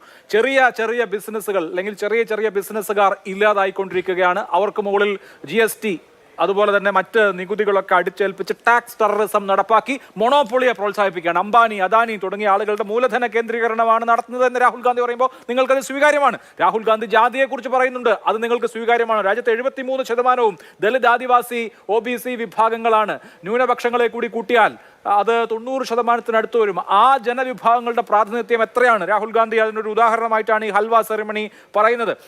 ഈ പറയുന്ന പ്രാതിനിധ്യത്തെക്കുറിച്ച്, പിന്നാക്ക പ്രാതിനിധ്യത്തെക്കുറിച്ച് അദ്ദേഹം സംസാരിക്കുന്നു എന്ന് മാത്രമല്ല, പിന്നാക്ക വിഭാഗം എന്ന് പറയുന്നത് അഭിമന്യുവല്ല, അർജുനനാണ്. ചക്രവ്യൂഹം ഭേദിച്ച് പുറത്തു വരുമെന്ന് പറയുമ്പോൾ അതിനകത്ത് രാഹുൽ ഗാന്ധി മുന്നോട്ട് വെക്കുന്ന ഇപ്പോഴത്തെ ഒരു പൊളിറ്റിക്സ് ഉണ്ട്. ഉത്തർപ്രദേശിൽ വളരെ ഫലപ്രദമായി പ്രയോഗിച്ച് വിജയിച്ച PDA പൊളിറ്റിക്സ് അദ്ദേഹം ഒരു നാഷണൽ നറേറ്റീവിലേക്ക് കൊണ്ടുവരികയാണ്. അതിനെയും നിങ്ങൾ പിന്തുണക്കുന്നുണ്ടോ? അല്ല, നമ്മുടെ പ്രസംഗമൊക്കെ എപ്പോഴും നമുക്ക് കൊള്ളാം. പണ്ടും പ്രസംഗം ഉണ്ടായിരുന്നല്ലോ, ഗരീബി ഹടാവോ, ബേക്കരി ഹടാവോ, എന്തെല്ലാം പ്രസംഗം ഉണ്ടായിരുന്നു. നെഹ്റുവിൻ സോഷ്യലിസം. അവിടുന്നാണ് പിന്നെ നരസിംഹറാവുവിനെ നമ്മൾ കണ്ടത്, മൻമോഹൻ സിംഗിനെ നമ്മൾ കണ്ടത്, ഇന്ത്യ രാജ്യത്തെ പൊതുമേഖല വിൽക്കുന്ന കോൺഗ്രസിനെ നമ്മൾ കണ്ടത്, തൊഴിലാളികളുടെ അവകാശങ്ങൾ ഹനിക്കുന്ന കോൺഗ്രസിനെ നമ്മൾ കണ്ടത്. അതുകൊണ്ട് പ്രസംഗം കൊണ്ട് മാത്രം കാര്യമില്ല. പക്ഷെ ഇവിടെ കോൺഗ്രസിനോടുള്ള ഞങ്ങളുടെ വിമർശനം ഞങ്ങൾ ഉന്നയിക്കുമ്പോൾ BJP രക്ഷപ്പെടേണ്ട കാര്യമില്ല. കാരണം എന്താണ്? വറചട്ടിയിൽ നിന്നും എരുതിയിലേക്ക് എന്ന അവസ്ഥയാണ് BJP ഇന്ത്യയെ എത്തിച്ചിരിക്കുന്നത്. അതാണ് ഞങ്ങൾക്കുള്ള വിമർശനം. അതുകൊണ്ട് ഈ സമയത്ത് ഞങ്ങൾ ഫോക്കസ് ചെയ്യുന്നത് എന്താണ്? BJP. ഇവിടെ പറഞ്ഞല്ലോ, നരേന്ദ്രമോദി OBC ആണ്, വളരെ നന്നായിരിക്കുന്നു. കേരളത്തിലെ EMS ആണ് ആദ്യത്തെ മുഖ്യമന്ത്രിയായത്. EMSൻ്റെ ജാതി ഞാൻ പറയേണ്ട കാര്യമില്ല, അദ്ദേഹം ജാതിയെ ഉപേക്ഷിച്ച ആളാണ്. പക്ഷേ അദ്ദേഹം അധികാരത്തിലേറിയ 7 ദിവസക്കാലത്തിനകം കേരളത്തിൽ കുടിയിറക്ക് നിരോധനം കൊണ്ടുവന്നു. ഇവിടുത്തെ പട്ടികജാതിക്കാരും പിന്നോക്കക്കാരും ഒക്കെ കുടികിടപ്പ് കിടന്നിരുന്ന ഭൂമിയിൽ നിന്നും മനുഷ്യനെ ഇറക്കി വിടരുതെന്ന നിയമം, ഭൂപരിഷ്കരണ നിയമം. നിങ്ങൾ നരേന്ദ്രമോദി അധികാരത്തിൽ വന്ന് 10 കൊല്ലമായി. ഇന്ത്യ രാജ്യത്ത് ഭൂപരിഷ്കരണത്തിന് എന്ത് ചെയ്തു? ഇന്ത്യയിലെ പിന്നോക്കക്കാർക്കും പട്ടികജാതിക്കാർക്കും പട്ടികവർഗക്കാർക്കും ഭൂമി കൊടുക്കുന്ന കാര്യത്തിൽ BJP എന്തു ചെയ്തു? വട്ടപൂജ്യം. നിങ്ങൾ കള്ളപ്പണം പിടിക്കാൻ പോയി. യഥാർത്ഥത്തിൽ നമ്മുടെ കൺമുമ്പിൽ കിടക്കുകയല്ലേ ജന്മികളുടെ കൈവശം. അത് മുസ്ലിം ജന്മിമാരാണെങ്കിലും മുസ്ലിം രാജാക്കന്മാരാണെങ്കിലും ഹിന്ദു രാജാക്കന്മാരാണെങ്കിലും ഇഷ്ടം പോലെ സ്വത്ത് കിടക്കുകയല്ലേ. ഈ സ്വത്ത് ഇവിടുത്തെ പാവപ്പെട്ടവന് കൊടുക്കണ്ടേ? അതല്ലേ ഞങ്ങൾ മിച്ചഭൂമി സമരത്തിലൂടെ, കുടികിടപ്പ് സമരത്തിലൂടെ, ഭൂപരിഷ്കരണ സമരത്തിലൂടെ കേരളത്തിൽ നടപ്പാക്കിയത്. ഇന്ത്യയിൽ 10 കൊല്ലമായിട്ട് മോദിക്കത് പറ്റിയോ? ഇതാണ് ഞങ്ങളുടെ ഒന്നാമത്തെ ചോദ്യം. അതുകൊണ്ട് മോദി പിന്നോക്കക്കാരനാണെന്ന് മെയിൻ നടിച്ചിട്ട് ഒരു കാര്യമില്ല. ഇന്ത്യ രാജ്യത്തെ ഹിന്ദു ജനവിഭാഗങ്ങൾ ഉൾപ്പെടെയുള്ള പിന്നോക്കക്കാരെ വഞ്ചിക്കുകയും അദാനിമാരും അംബാനിമാരും അടക്കമുള്ള 252 പേരെ ശതകോടീശ്വരന്മാരാക്കി വളർത്തുകയും ചെയ്ത നരേന്ദ്രമോദിയുടെ ഭരണം എന്ന് പറയുന്നത് സമ്പത്തിൻ്റെ കേന്ദ്രീകരണം ഉണ്ടാക്കിയ ഭരണമാണ്. രണ്ടാമത്തെ കാര്യം, ഇവിടെ അമിത്ഷാ എന്തോ പ്രത്യേകമായ കാര്യം ചെയ്തെന്ന് പറഞ്ഞു. മണിപ്പൂരിൽ നരേന്ദ്രമോദി പോയിട്ടില്ല. വിശ്വഗുരു ആയതുകൊണ്ട് നരേന്ദ്രമോദി ലോകം മുഴുവൻ പോകുന്നതാണ് പറഞ്ഞത്. പക്ഷേ ബാലികാറ മല പോലെ മണിപ്പൂർ മോദികാറ മലയാണ്. എങ്ങനെയാണ് മണിപ്പൂർ മോദികാറ മലയായത്? അമിത്ഷായുടെ കഴിവാണ്, ആഭ്യന്തരകാര്യമന്ത്രിയുടെ കഴിവാണ്. പിന്നെ കാശ്മീരിൽ കോൺഗ്രസ് ഭരിച്ചുകൊണ്ടിരുന്ന കാലത്ത് കാശ്മീരിൽ ഭീകരന്മാർ കയറിയെന്നായിരുന്നല്ലോ BJPയുടെ തർക്കം. ഇപ്പം ജമ്മുവിലെ അവസ്ഥ നോക്കി. കാശ്മീരിൽ നിന്ന് ഭീകരവാദം നേരെ ജമ്മുവിലേക്ക് കയറിയിട്ട് ജമ്മുവിലെ പ്രശ്നങ്ങളുണ്ടാകുന്ന തരത്തിലേക്ക് എത്തിയില്ലേ? നിങ്ങളുടെ അമിത്ഷാ പരാജയമല്ലേ? നിങ്ങളുടെ ഇൻ്റലിജൻസ് പരാജയമല്ലേ? ഇന്ത്യ രാജ്യത്തിൻ്റെ പാർലമെൻറ്റിൽ BJPയുടെ MP ടിക്കറ്റ് കൊടുത്തിട്ട് പാർലമെൻറ്റിൽ കഴിഞ്ഞ പാർലമെൻറ്റിൽ ഉണ്ടായ സംഭവം എന്ത് ഇൻ്റലിജൻസായി ഈ നരേന്ദ്രമോദിക്കും അതുപോലെ അമിത്ഷയ്ക്കും ഉള്ളത്? വിജയിച്ച പ്രധാനമന്ത്രിയാണോ? വിജയിച്ച ആഭ്യന്തരകാര്യമന്ത്രിയാണോ? പിന്നെ 3-ാം ഊഴം കിട്ടിയെന്ന് പറഞ്ഞാൽ ചത്തതിനൊക്കെ ജീവിച്ചിരിക്കലും. വാരണാസിയിൽ നിന്ന് എത്ര വോട്ടാണ് പോയത്? അയോധ്യയിൽ എങ്ങനെയാണ് തോറ്റത്? അതും ദളിത് വിഭാഗത്തിൽപ്പെട്ട ഒരാൾ ജനറൽ സീറ്റ് ജയിച്ചു അയോധ്യയിൽ. ചരിത്രപരമായിട്ടാണ് കേട്ടോ. ശംഭൂക വധമുണ്ടായ കഥ രാമായണത്തിലുണ്ടല്ലോ. ആ ശംഭൂകനെ വധിച്ചതിന്, ദൈവത്തെ പൂജിച്ചതിന് ശംഭൂകനെ വധിച്ച കഥ പറയുന്ന സ്ഥലത്താണ് ഒരു ദളിത് വിഭാഗത്തിൽപ്പെട്ട ഒരാൾ ഇന്ത്യയുടെ പാർലമെൻറ്റിലേക്ക് കയറിയത് BJP തോപ്പിച്ചുകൊണ്ട് അയോധ്യയിൽ. അതുകൊണ്ട് വിശ്വഗുരുവിൻ്റെ ആ നെഞ്ചളവൊക്കെ അങ്ങ് പോയിരിക്കുകയാണ്, പഴയ മോദിയല്ല. പിന്നെ ഇവിടെ പറഞ്ഞല്ലോ ഞങ്ങൾ ഏതാണ്ട് അദാനിയെ സപ്പോർട്ട് ചെയ്യുന്നു. ഞങ്ങളൊരു അദാനിയെ സപ്പോർട്ട് ചെയ്തിട്ടില്ല. UDFൻ്റെ കാലത്ത്, ഉമ്മൻചാണ്ടിയുടെ കാലത്ത് കേന്ദ്ര സർക്കാരിൻ്റെ ഒത്താശയോടെ തുറമുഖം അദാനിക്ക് കൊടുത്തു. ഞങ്ങൾ ആ തുറമുഖം നടപ്പാക്കാൻ വേണ്ടി എന്താണോ കേരള സർക്കാർ ഉണ്ടാക്കിയ കരാർ, ആ കരാറിന് അനുകൂലമായിട്ട് തന്നെ നിന്നു. നടപ്പാക്കാൻ ഞങ്ങൾ പരിശ്രമിച്ചു. വിമോചന സമരം ഉണ്ടാക്കിയിട്ടും പിണറായി വിജയൻ അനങ്ങിയില്ല, തൻ്റെ ഇടം കാണിച്ചു. അവിടെ വിഴിഞ്ഞം തുറമുഖം വന്നു. പക്ഷെ ഞങ്ങൾ വിമാനത്താവളം വിറ്റില്ല. ഞങ്ങൾ കേരളത്തിൽ വല്ലതും വിറ്റോ? നിങ്ങൾ എത്ര തുറമുഖങ്ങൾ വിറ്റു? നിങ്ങൾ എത്ര വിമാനത്താവളങ്ങൾ വിറ്റു? നിങ്ങൾ എത്ര പൊതുമേഖലാ സ്ഥാപനങ്ങൾ BJP ഇന്ത്യയിൽ വിറ്റു? കോൺഗ്രസ് വിറ്റു, BJP വിറ്റു. കേരളത്തിലെ LDF ചെയ്യുന്ന വിമാനത്താവളം വിൽക്കലല്ല, തുറമുഖം വിൽക്കലല്ല, ഇവിടുത്തെ പൊതുമേഖല വിൽക്കലല്ല. ഞങ്ങൾ പൊതുമേഖലാ സ്ഥാപനങ്ങൾ വിൽക്കില്ല. അപ്പോൾ എന്താ പ്രത്യേകത? കേരളം ഒരു മാതൃകയാണ്. കേന്ദ്ര സർക്കാരിൻ്റെ നയത്തിൽ നിന്ന് വ്യത്യസ്തമായി ഒരു മാതൃകയാണ്. പിന്നെ നിങ്ങൾ പറയുന്നു ധനകാര്യ ദൃഢീകരണം നമുക്ക് നടപ്പാക്കാം. കർഷകൻ്റെ കാര്യം വരുമ്പോൾ വലിയ ബാധ്യത വരുമല്ലേ സന്ദീപേ?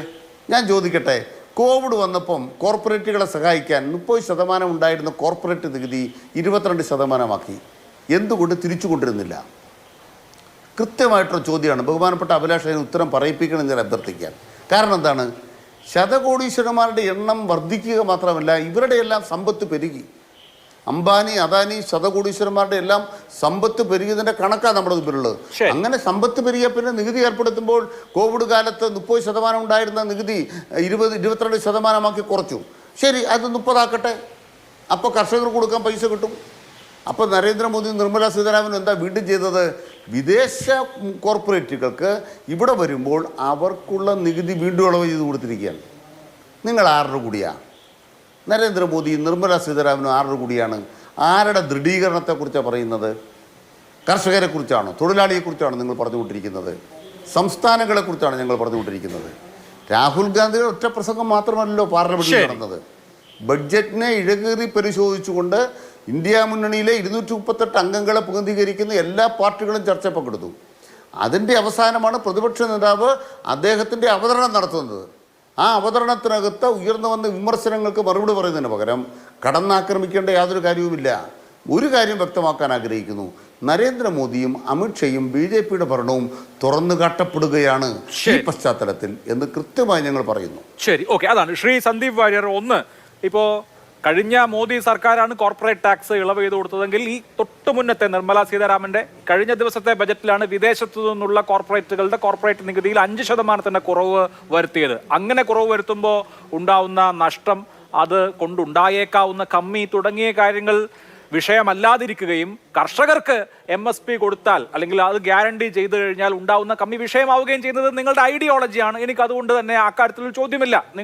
നിങ്ങളുടെ നയം അതാണ് എന്ന് വ്യക്തമാക്കുന്നതുകൊണ്ട്. പക്ഷേ പൊളിറ്റിക്സ് ഉണ്ടല്ലോ. ഇപ്പോൾ രാഹുൽ ഗാന്ധി മുന്നോട്ട് വെക്കുന്ന പൊളിറ്റിക്സിന്റെ വിജയമാണ് ഉത്തർപ്രദേശിൽ കണ്ടത്. ഉത്തർപ്രദേശ് എന്ന് പറയുന്നത് BJPയുടെ ഏറ്റവും ടെസ്റ്റ് കേസ് സെനാരിയോ ആണല്ലോ. കാശിയും അതുപോലെ തന്നെ അയോധ്യയും ഒക്കെയുള്ള ഉത്തർപ്രദേശിൽ ഇത്തവണ ഈ PDA വർക്ക് ചെയ്തു. ദളിതരും OBCയും വലിയ തോതിൽ ഇന്ത്യ മുന്നണിക്ക് അനുകൂലമായി വോട്ട് ചെയ്തു. അവിടെ 40-ലധികം സീറ്റുകൾ അവർക്ക് കിട്ടി. അതേ നറേറ്റീവിന്റെ നാഷണൽ പുഷാണ് രാഹുൽ ഗാന്ധി വളരെ വ്യക്തമായും കൃത്യമായും ഇപ്പോൾ നടത്തുന്നത്. അത് നിങ്ങൾക്ക് വലിയ ബുദ്ധിമുട്ടുണ്ടാക്കാൻ സാധ്യതയുണ്ട്.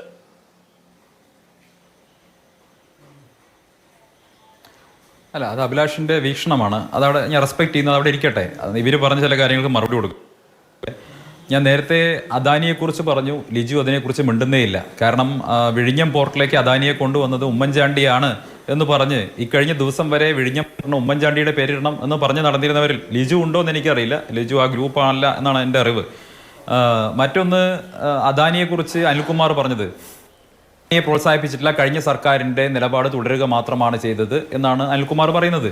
കഴിഞ്ഞ സർക്കാരിൻ്റെ കാലത്ത് വിഴിഞ്ഞത്ത് 5000 കോടി രൂപയുടെ അഴിമതി നടന്നുവെന്നും ഞങ്ങൾ അധികാരത്തിലെത്തിക്കഴിഞ്ഞ അദാനിയെ പറപ്പിക്കും എന്നുമാണല്ലോ നിങ്ങൾ പ്രഖ്യാപിച്ചിരുന്നത്. ശ്രീ VS അച്യുതാനന്ദൻ അന്ന് പ്രഖ്യാപിച്ചത് ഞങ്ങൾ അധികാരത്തിൽ വന്നാൽ അദാനിയെ പറപ്പിക്കുമെന്നാണ്. പിണറായി വിജയൻ ആക്ഷേപിച്ചത് 5000 കോടിയുടെ അഴിമതി പറഞ്ഞിട്ടുണ്ട്. അതിനൊക്കെ പറഞ്ഞിക്ക് നിങ്ങൾ അദാനിയെ പറപ്പിക്കുമെന്ന് പറഞ്ഞിരുന്നു. നിങ്ങൾ അദാനിയെ പറപ്പിച്ചില്ലെന്ന് മാത്രമല്ല, അദാനിയുടെ പേരിലുള്ള ബലൂൺ പറപ്പിക്കുന്നതാണ് കേരളം കണ്ടത്. പിന്നെ അദ്ദേഹം പറഞ്ഞു, അല്ല ഞാൻ പറഞ്ഞോട്ടെ, ഞാൻ പൂർത്തിയാക്കട്ടെ. എന്റെ സമയം കഴിഞ്ഞിട്ട് പറയൂ. അല്ല ഞാൻ ടേൺ തരാം. ശരി, പറയൂ. ഇവിടെ മറ്റൊന്ന് അദ്ദേഹം പറഞ്ഞത്, ലിജു പറഞ്ഞ വസ്തുതാവിരുദ്ധമായിട്ടുള്ള കാര്യം, നരേന്ദ്രമോദി മുഖ്യമന്ത്രിയായിരിക്കുന്ന സമയത്താണ് മോദിയുടെ ജാതി OBC ലിസ്റ്റിൽപ്പെടുത്തിയതാണ്. പച്ച കള്ളമാണത്. 94-ൽ കോൺഗ്രസ് ഗുജറാത്തിൽ അധികാരത്തിലിരിക്കുന്ന കാലത്താണ് നരേന്ദ്രമോദിയുടെ ജാതിയെ ഗുജറാത്ത് സംസ്ഥാനത്ത് OBC ലിസ്റ്റിൽ ഉൾപ്പെടുന്നത്. 2000-ലാണ് അത് കേന്ദ്ര ലിസ്റ്റിൽ ഉൾപ്പെടുന്നത്. അപ്പൊ അതുകൊണ്ട് തന്നെ നരേന്ദ്രമോദിയുടെ ജാതി OBC ലിസ്റ്റിൽ ഗുജറാത്ത് സംസ്ഥാനത്ത് വരുന്നത് അത് കോൺഗ്രസ് ഭരിക്കുന്ന കാലത്താണ്. അപ്പൊ അദ്ദേഹം അത് വസ്തുതാവിരുദ്ധമായിട്ടുള്ള കാര്യം പറഞ്ഞു. അതുമായി ബന്ധപ്പെടുത്തി അനിൽകുമാർ പറഞ്ഞത് EMS ജാതി ഉപേക്ഷിച്ചു എന്നുള്ളതാണ്. EMS ജീവിതാന്ത്യകാലം വരെ എഴുതിയത് മുഴുവൻ EMS നമ്പൂതിരിപ്പാട് എന്നുള്ള പേര് തന്നെയായിരുന്നു എന്നുള്ളതാണ് എന്റെ ഓർമ്മ. അത് തെറ്റാണെങ്കിൽ അനിൽകുമാർ തന്നെ പറയണം. ഒരു ഘട്ടത്തിൽ പോലും അദ്ദേഹം നമ്പൂതിരിപ്പാട് എന്നുള്ള അദ്ദേഹത്തിന്റെ വാല് ഉപേക്ഷിച്ചില്ല. അത് ഉപേക്ഷിക്കണമെന്ന് ഞാൻ പറയുകയില്ല, അത് അദ്ദേഹത്തിന്റെ ഐഡന്റിറ്റിയാണ്. പക്ഷെ അദ്ദേഹം ജാതി ഉപേക്ഷിച്ചു എന്നുള്ളത് കള്ളമാണ്. അദ്ദേഹം പൂർണ്ണമായും EMS നമ്പൂതിരിപ്പാട് ജാതിയുടെ അടിസ്ഥാനത്തിൽ തന്നെ ജീവിച്ചിട്ടുള്ള ഒരാളാണ് എന്നുള്ളത് വളരെ വ്യക്തമാണ്. അത് മാത്രമല്ല, യോഗക്ഷേമ സഭയിൽ നിന്ന് EMS നമ്പൂതിരിപ്പാട് രാജിവെക്കുന്നത് നമ്പൂതിരി സമുദായത്തിലെ എല്ലാ ആചാര പരിഷ്കരണങ്ങളും പൂർത്തിയായി എന്ന് പ്രഖ്യാപിച്ചതിന് ശേഷമാണല്ലോ.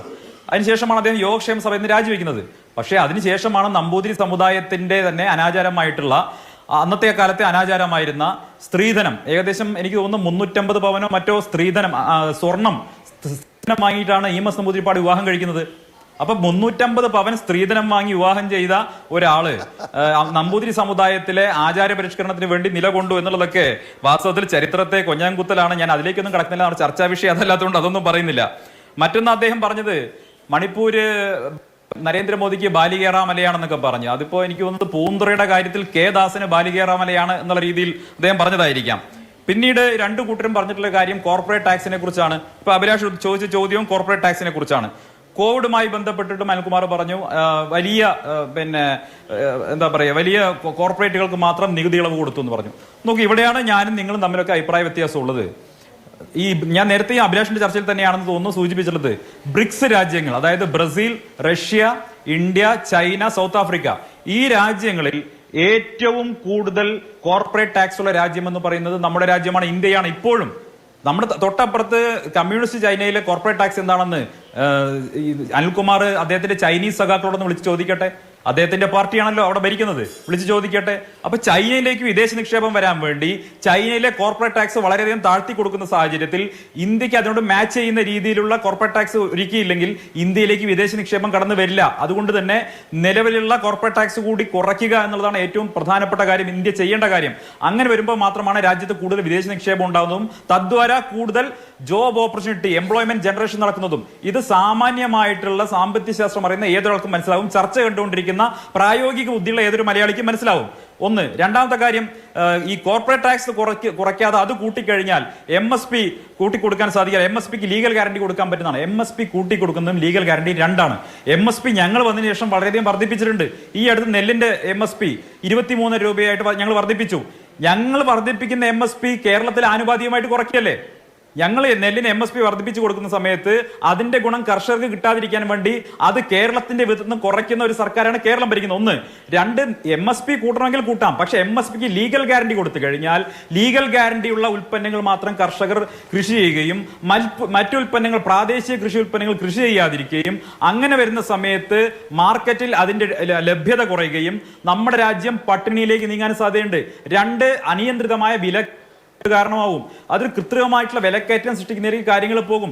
നമ്മുടെ രാജ്യത്തിന്റെ നിലവിലിരിക്കുന്ന മുഴുവൻ രീതികളെയും, കാർഷിക രീതികളെയും അത് അടിച്ചു രാജ്യം വലിയ പട്ടിണിയിലേക്ക് നീങ്ങുന്ന ഒട്ടും പ്രായോഗികമല്ലാത്ത കാര്യമാണ് MSPക്ക് ലീഗൽ ഗ്യാരണ്ടി എന്ന് പറയുന്നത്. കർഷകർക്ക് വിനാശകാരിയായിട്ട് മാറും. അതിന് പകരം ചെയ്യുന്ന ഡയറക്ട് ബെനിഫിഷ്യൽ ട്രാൻസ്ഫർ ഉൾപ്പെടെ DBT ഉൾപ്പെടെ നടപ്പാക്കി കർഷകർക്ക് സഹായം എത്തിച്ചു കൊടുക്കുക, കർഷകർക്ക് സബ്സിഡികൾ കൊടുക്കുക, കർഷകരുടെ ഉൽപ്പന്നങ്ങൾക്ക് കൂടുതൽ വില കിട്ടാൻ വേണ്ടി വാല്യൂ ആഡ് ചെയ്ത ഉൽപ്പന്നങ്ങളൊക്കെ വിൽക്കാൻ വേണ്ടി FPOകളെ പ്രോത്സാഹിപ്പിക്കുക. ഇതൊക്കെയാണ് മോദി സർക്കാർ ചെയ്തുകൊണ്ടിരിക്കുന്നത്.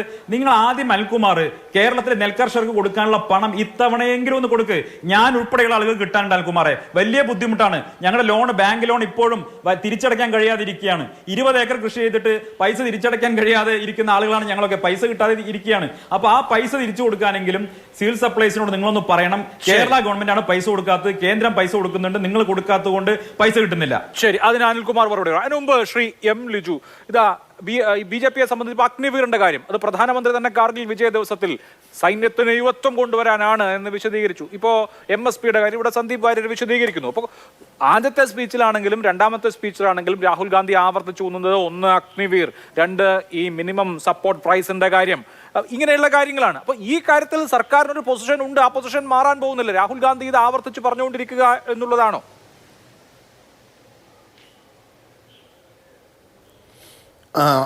അഭിലാഷ്, അത് പറയുന്നതിന് മുൻപ് ശ്രീ സന്ദീപ് പറഞ്ഞ കാര്യത്തിന് ഞാൻ ഈ മോദിഗഞ്ചിനെ കുറിച്ച് ഞാനൊരു പരാമർശം നടത്തിയിരുന്നു.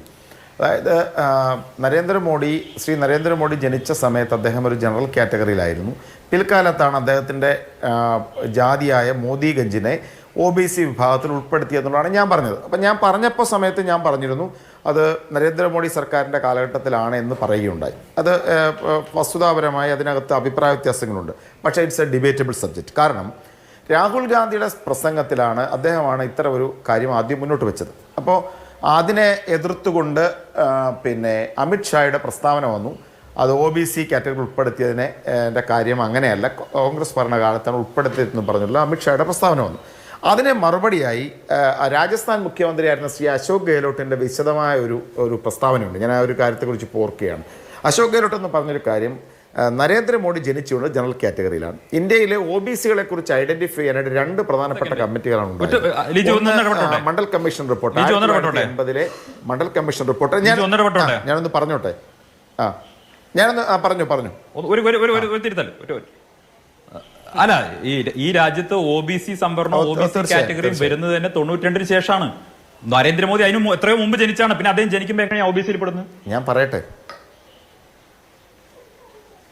ഞാൻ പറയാം. അതുകൊണ്ടാണ് ജസ്റ്റ് അതല്ല, സന്ദീപ് പറഞ്ഞതിന് ഞാൻ വഴങ്ങിയല്ലോ. ഇനി എനിക്ക് മറുപടി പറയാമല്ലോ. ഈ OBC കാറ്റഗറി വന്നത് അഭിലാഷെ അടുത്ത് ഈ മണ്ഡൽ കമ്മീഷൻ റിപ്പോർട്ടിന് ശേഷം അല്ല.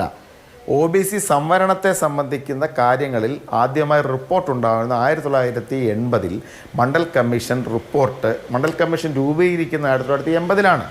ആ മണ്ഡൽ കമ്മീഷനകത്ത് 3753 ജാതികളെ OBC കാറ്റഗറി ഉൾപ്പെടുത്താനായി മണ്ഡൽ കമ്മീഷൻ ശുപാർശ ചെയ്തു.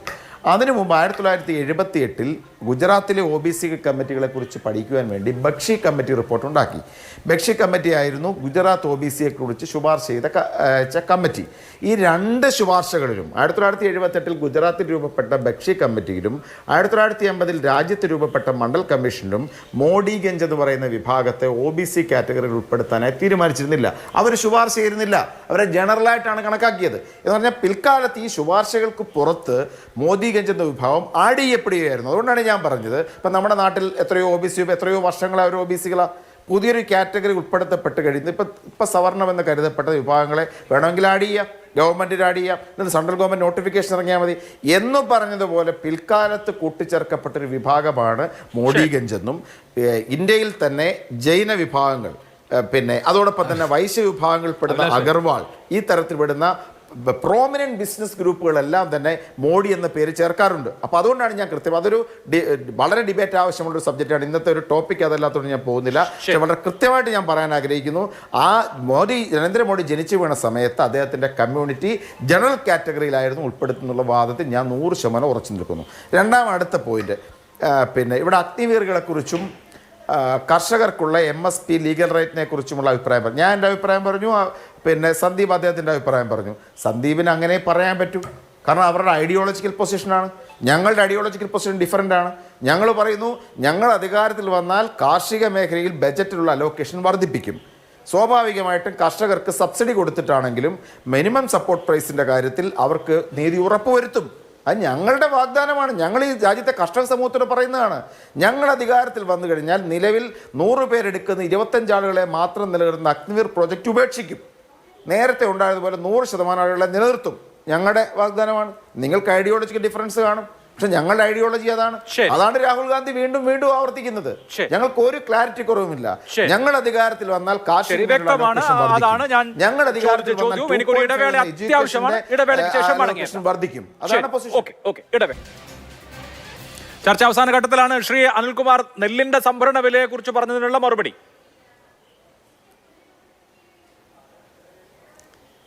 സന്ദീപ് വാര്യർ നെല്ല് കൊടുത്തു കഴിഞ്ഞാൽ അപ്പം തന്നെ ആ പൈസ തരാൻ നരേന്ദ്രമോദി ഇങ്ങോട്ട് പൈസ കൊടുക്കുന്നില്ല. ആ നെല്ലെടുത്തുകൊണ്ട് പോയിട്ട് അത് കുത്തി അരിയാക്കണം. ആ അരി റേഷൻ കടയിൽ വിൽക്കണം. വിറ്റിട്ട് അതിൻ്റെ കണക്ക് കേന്ദ്ര സർക്കാരിൻ്റെ പോർട്ടലിൽ കയറി കഴിയുമ്പോൾ മാത്രമാണ് അതിന് കേന്ദ്ര സർക്കാർ പണം തരുന്നത്. ആ പണത്തോടൊപ്പം കേരളം 6.5-7 രൂപയ്ക്കടുത്ത് അഡീഷണൽ ചെലവഴിച്ചിട്ടാണ് ഈ നെല്ലിന് വില കൊടുക്കുന്നത്, കൈകാര്യ ചെലവ് കൊടുക്കുന്നത്. അതുകൊണ്ട് നരേന്ദ്രമോദി ഇന്ന് കേന്ദ്ര സർക്കാർ ഈ കേരളത്തിൽ നെല്ലെടുത്ത വകയിൽ 1400 കോടി രൂപ ഇപ്പോൾ കേരളത്തിന് തരാനുണ്ട്. എത്ര കാലത്തെയാണ്? 2019-20 കാലത്തെ പണം തൊട്ട് കൊടുക്കാറുണ്ടായിരുന്നു. 852 കോടി രൂപ 4 മാസം മുമ്പാണ് ഇങ്ങോട്ട് കൊടുത്തത്. 5 കൊല്ലത്തെ കണക്കിട്ട് തർക്കിച്ചുകൊണ്ടിരിക്കുകയായിരുന്നു. അങ്ങനെ ഓരോ ദിവസവും കേരളത്തിനെതിരെ ദ്രോഹിച്ചുകൊണ്ടിരിക്കുന്നൊരു കേന്ദ്ര സർക്കാർ. അതുകൊണ്ട് നെല്ലിൻ്റെ വില കേരള സർക്കാരിൻ്റെ കാശ് രൊക്കം തന്നേക്കാം. മാത്രം മതിയോ സന്ദീപ് വാര്യർക്ക്? കേരള സർക്കാരിൻ്റെ വിഹിതം രൊക്കം തന്നേക്കാം. മോദിയുടെ വിഹിതം പിന്നെ തന്നാൽ മതിയോ? ഇപ്പം തീരുമാനം ഉണ്ടാക്കിയേക്കാം. BJP കേരള സംസ്ഥാന കമ്മിറ്റി പറയട്ടെ, മോദി സർക്കാർ തരേണ്ട പണം പിന്നീട് തന്നാൽ മതി, ഈ കൂടെ തരണ്ട, സംസ്ഥാന സർക്കാരിൻ്റെ രൊക്കം കിട്ടിയാൽ മതി എന്ന് പറഞ്ഞാൽ ഇന്ന് കൊടുക്കാം. പക്ഷേ 2 കൊടുക്കാൻ BJPയുടെ സംസ്ഥാന പ്രസിഡന്റ് പറയണം, മോദിയുടെ പൈസ പിന്നെ കൊടുത്തോളാം, കേരള സർക്കാരിന്റെ പണം സന്ദീപ് എന്തെങ്കിലും പറയാനുണ്ടെങ്കിൽ പറയാം. നെല്ലിന് വില കേരളത്തിലാകട്ടോ. ഇന്ത്യയിൽ ഏറ്റവും കൂടുതൽ റബ്ബറിന് വില കേരളത്തിലാണ് കേട്ടോ, ഏറ്റവും കൂടുതൽ താങ്ങുവില. അതുകൊണ്ട് കേരളത്തിൽ തൊട്ടാരും വർത്തമാനം പറയണ്ട. നിങ്ങൾ പറഞ്ഞു മോദിയുടെ കാശ് ഞങ്ങൾ കൊടുത്തോളാം എന്ന് പറഞ്ഞു, നിങ്ങൾ നേരിട്ട് കൊടുക്കുക, വെല്ലുവിളിക്കുക. ഞങ്ങൾ നിങ്ങളുടെ കാശ് നേരിട്ട് കൊടുക്കാൻ വെല്ലുവിളിക്കുകയാണ്. ചോണുണ്ട് വിളിക്കുക. ഞാൻ പറയാം. എന്റെ പോയിന്റ് അതായിരുന്നില്ല അല്ലേ, കേന്ദ്രം വർദ്ധിപ്പിച്ച തുക അതിന്റെ ഗുണഫലം കേരളത്തിന് കർഷകർക്ക് കിട്ടാതിരിക്കാൻ വേണ്ടി സംസ്ഥാന 7 വർഷം മുമ്പ് എത്രയാണോ എത്ര പെർസെന്റ് സംസ്ഥാന സർക്കാർ എത്രയാണോ കൊടുത്തിരുന്നത് ആ വീതം നിങ്ങൾ കുറച്ചോ ഇല്ലയോ, ഒന്ന്. രണ്ടാമത്തെ കാര്യം, ഇവിടെ കോൺഗ്രസിന്റെ പ്രതി ലിജു പറഞ്ഞൊരു കാര്യം, അദ്ദേഹം പറഞ്ഞെന്താ, 1950 നരേന്ദ്രമോദി ജനിക്കുമ്പോൾ അദ്ദേഹം OBC ലിസ്റ്റിൽ പെട്ട ആളായിരുന്നില്ല. 50 OBC ലിസ്റ്റേ രാജ്യത്തുണ്ടായിരുന്നില്ല. രാജ്യത്ത് OBC ലിസ്റ്റ് രൂപപ്പെടുന്നത് പിന്നീട് 90ക്ക് ശേഷമാണ്. 92 OBC എന്ന് പറയുന്ന കാറ്റഗറി ഉണ്ടായതിനു ശേഷം പല കാലഘട്ടങ്ങളിൽ 80 ആയിക്കോട്ടെ, പല കാലഘട്ടങ്ങളിൽ പല സംസ്ഥാന സർക്കാരുകൾ പല ജാതികളെ ഈ ലിസ്റ്റിൽ ഉൾപ്പെടുത്തിയിട്ടുണ്ട്. ഈ അടുത്ത് പോലും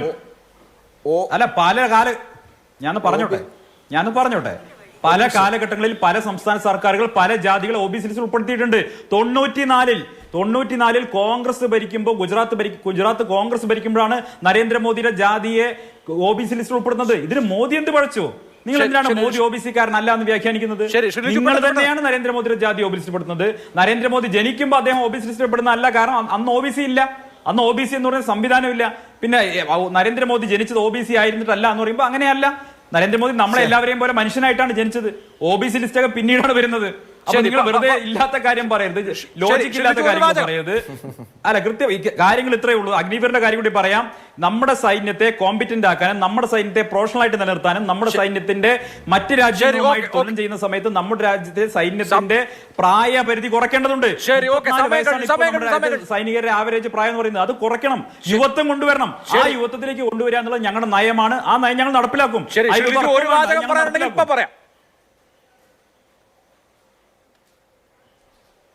അല്ല, ഞാൻ പറഞ്ഞതിൻ്റെ ഒരു പ്രധാനപ്പെട്ട കാര്യം, ഞാൻ ഇപ്പം ഇനി അതിലോട്ട് മാത്രം കൊണ്ടുപോകുന്നില്ല, പക്ഷേ വളരെ കൃത്യമായിട്ട് ഞാൻ പറഞ്ഞൊരു പൊസിഷൻ നേരത്തെ നിലനിൽക്കുകയാണ്.